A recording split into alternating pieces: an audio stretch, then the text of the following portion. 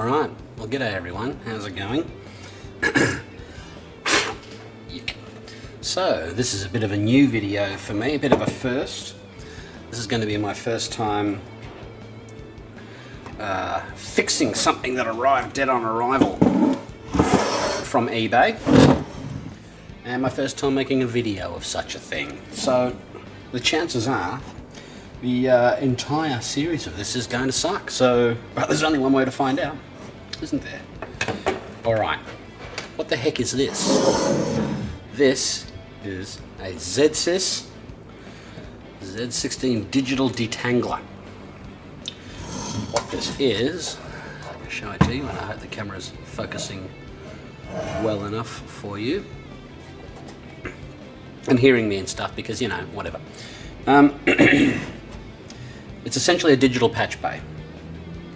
AES EBU patch bay, that's why you got XLRs there.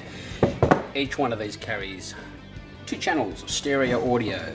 AES EBU is essentially kind of like a professional SPDIF.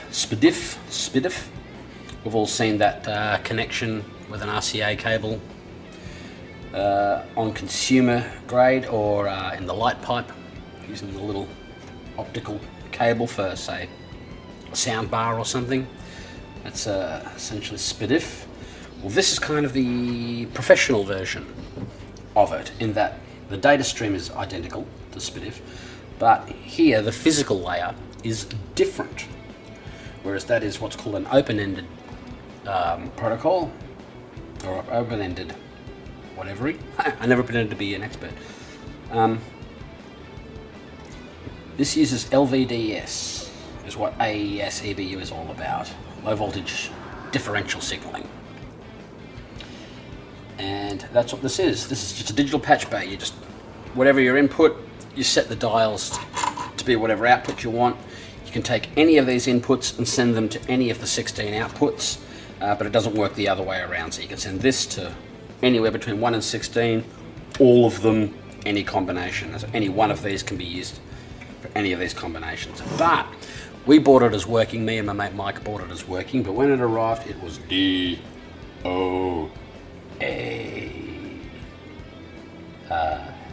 We typically describe it in Australia as fucked.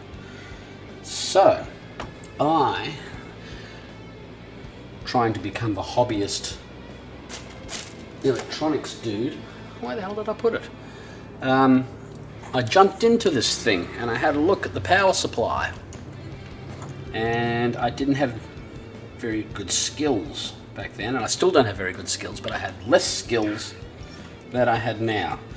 This little bugger was located here, hope that can be seen, like that, and it was just a mess. This was wobbly as hell. It was burning on the back. My soldering isn't great. So I replaced the regulator, the capacitors in there, hoping that would work, and it did not. And I don't think anyone would be surprised at all that it did not. But then I thought, well, the thing is, these all work off of 5 volts. These are all data transmission chips. And this one in here is a little microprocessor. Nothing in here runs off more than 5 volts. So I went, well, hang on. If I'm only running on 5 volts, if I just want to go from 240 to 5 volts, maybe I can just go and buy some sort of aftermarket power supply. And this is intended for an LED strip. So I needed something that was going to go from 240 to 5 volts, which was not quite as easy as one might think. But I wasn't so worried about current. But the other thing about LVDS is, the whole point is that it needs it's all about current. I do not pretend to know any more than I know about that. So anyway, this is a power supply for a LED strip. So I'm not sure if it's clear enough there, because I can't even see my screen, but so I'm thinking that's L, I'm guessing that's line, neutral, ground, earth. voltage minus, voltage minus, voltage plus, and then there's a little adjuster here. So, let's first of all see if we can get it to fit in. My plan was to try and fit it on the original mounting posts.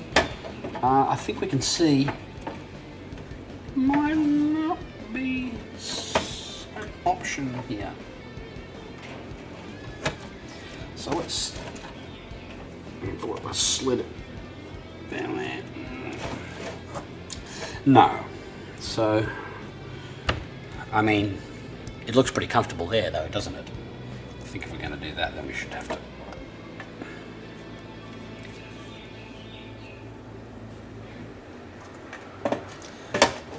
Well, I might have to think of a way to mount it. Maybe move some of these or something. Because it arrived dead on arrival, and because we obviously paid with PayPal, because eBay purchased without PayPal, come on. And so we were going to do all the whole thing and just send it back and ask for our money back and all of that sort of stuff, but the person just sent us our money back and just said, nah, keep it, bugger it. So we got it for free. So my point being is that I can't make it any worse, really. Oh, I do want to say, let me go get it. So the magic of editing is going to be something here. Okay.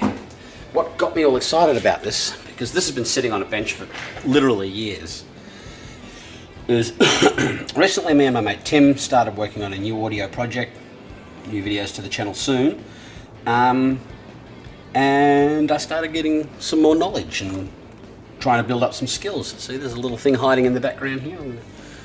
Oh, secret thing. But we'll get to that. So I've been trying to up my skills. And when I figured out nothing on here runs on more than 5 volts. So I went and got this. This is a power supply for guitar pedals. This was a very comprehensive one. And this has selectable voltage on there. So I bought one of these, and so I connected it up to this, and the front panel lit up. And I thought, if I apply electricity to these circuits, they might work. So that got me thinking, well, if I can find a decent, if I can find a 5 volt power supply, then there's maybe no reason that I couldn't get this going. So, here's the plan.